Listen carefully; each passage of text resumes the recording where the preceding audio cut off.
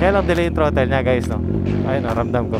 Wala pa akong masabi. Medyo naninibago ko talagang sub-sub. First time ko sa bike na talagang sub-sub guys.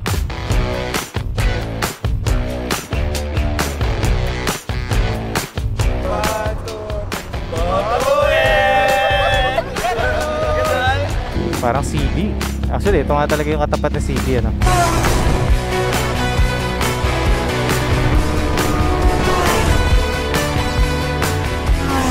Thank you, brother. Thank you, thank you. Nice ride, oh. Z1, Z1.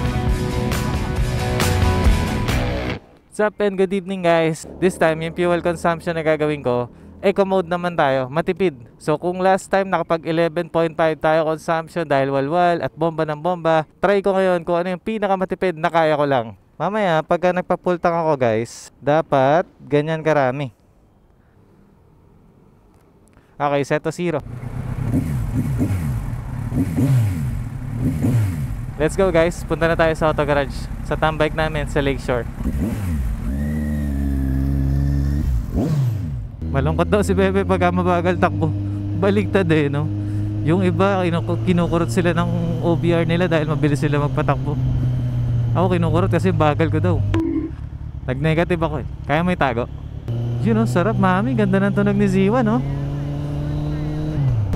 7:45 PM, bayadak na tayo. Ang lamig ngayong gabi ah.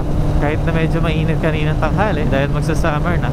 And then, dahil sobrang chill at sobrang smooth ni Z1000, ang sarap bumiyahe. Bilis mo pero relax, tipid. Sobrang pino, sobrang smooth.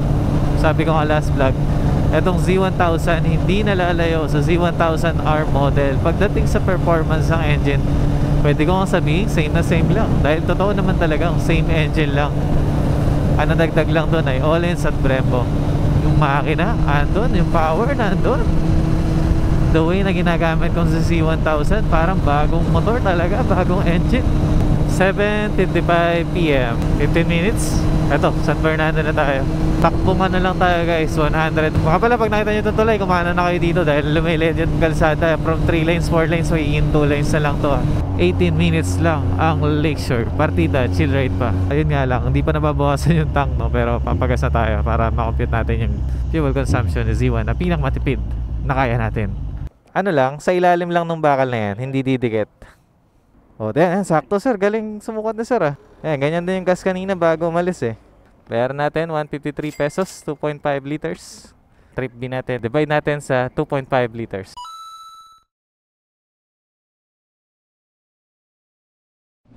Gusto po kasama sa vlog ito, kaway lang po kayo. Fuel consumption nga tayo ulit, pauwi naman. Okay, mabilis na to, pauwi. Papunta, tipid, pauwi, tingnan natin.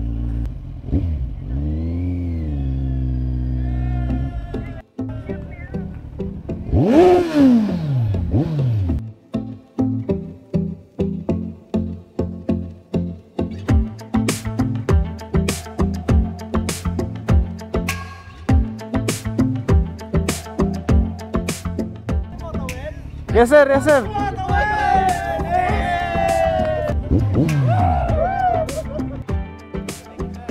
Kunwari di pa nabigyan.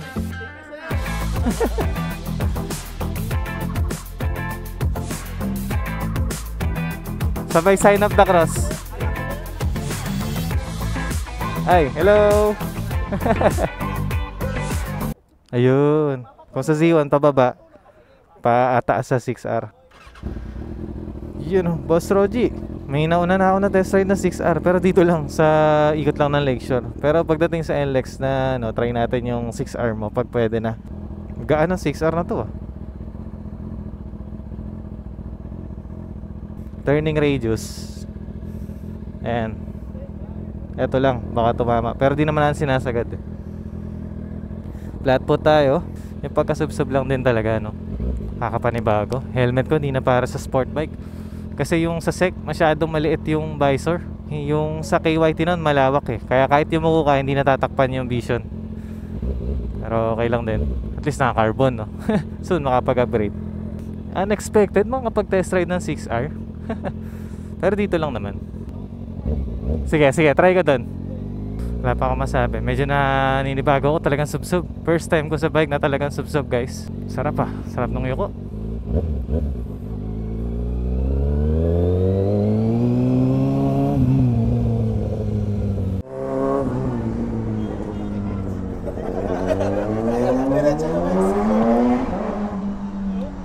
Nakita tayo sa video.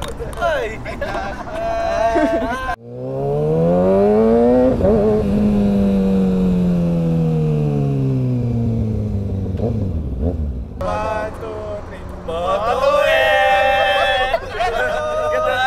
Hindi pa kakayanin yung ganito. Mukhang mag-a-adjust pa ako sa 6R. Talagang sub-sub.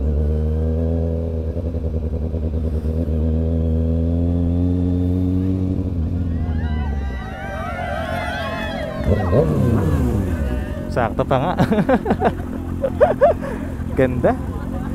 Ganun pala talaga yung feeling. May bagay sa'yo. Grabe. Sir, thank you, thank you. Ano name mo, sir? Arvin. Arvin, thank you, sir Arvin. Palang pala. Pogi ah. Height natin is 5'10", 5'11". Ganda tayo sa Trident. Flat footed. Kung yung ZX6R kanina ay sobrang sub-sub, ito naman upright na ulit. Parang CB. Actually, ito nga talaga yung katapat ni CB, ano. Uy, yung stand mahaba. Uy, lambot na suspension ng Triumph ah. Clutch, di malambot, di matigas. Sakto lang for me. Okay, ganito pala itsura ng Trident pag nakita nyo sa vlog natin. Let's go. Kamusta turning radius na ito? Gaanong manibela? Parang sa MT-07, makakaligo ka agad. Kaya lang delay yung throttle niya, guys, no?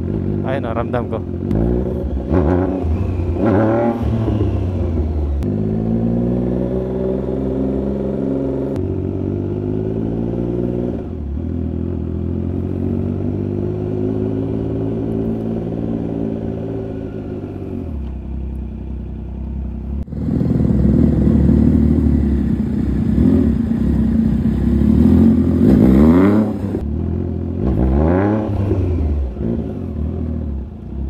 Delay nga yung throttle, pero lakas din. Ang ingay ng motor. Mas malakas daw si CB dito. Pero nung ginanong ko ngayon, lakas ah. Yung pala nakarima pala. Paano yung ano, yung delay sa throttle? Maayos pa ba? Sabi nila pag na-die na daw. Ayun. Oo. Kasi sayang yung power eh, no? Kasi pag pinera mo sa akin, kahit yung magkita lang tayo sa NLEX, akala ko di ko man na-notice yung delay, kaso Notice talaga. notice talaga.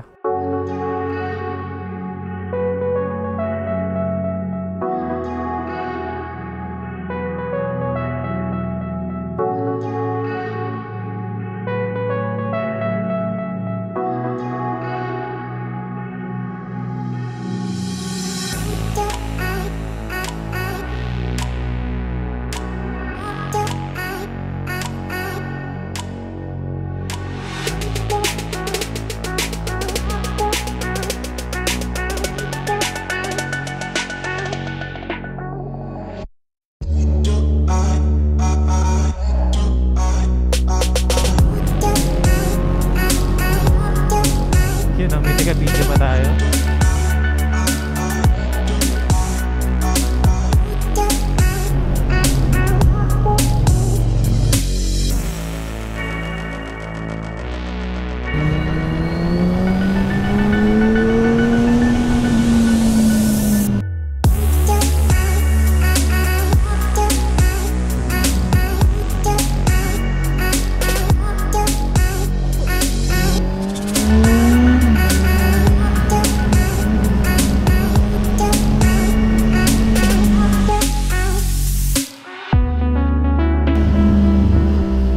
Ganda niyan.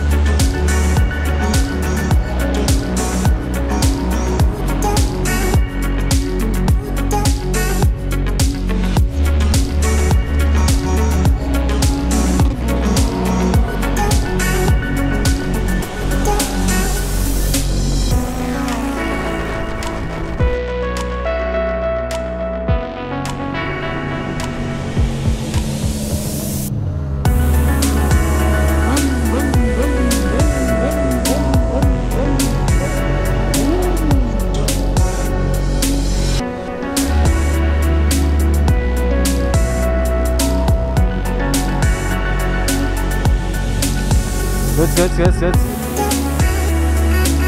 Thank you, brother. Thank you. Nice ride, oh. Z1.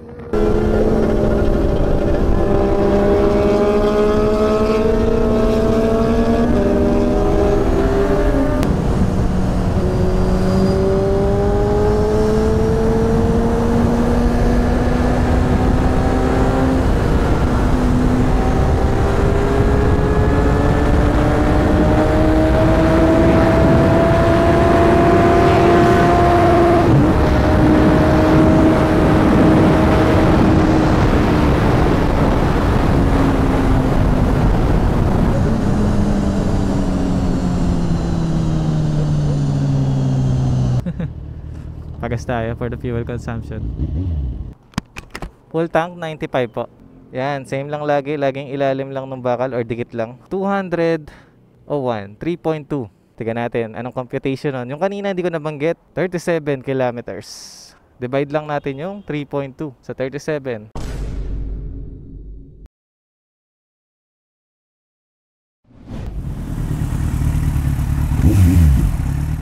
Thank you guys. Shoutout Arvin, shoutout Lace na nagpa-test ride sa atin ng motor, and sa iba natin kasama kanina.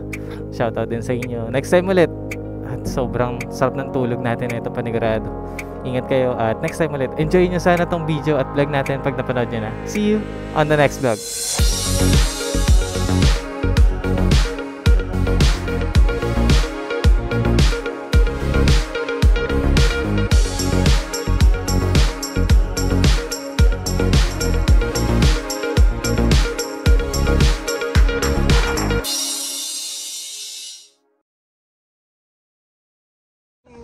You know?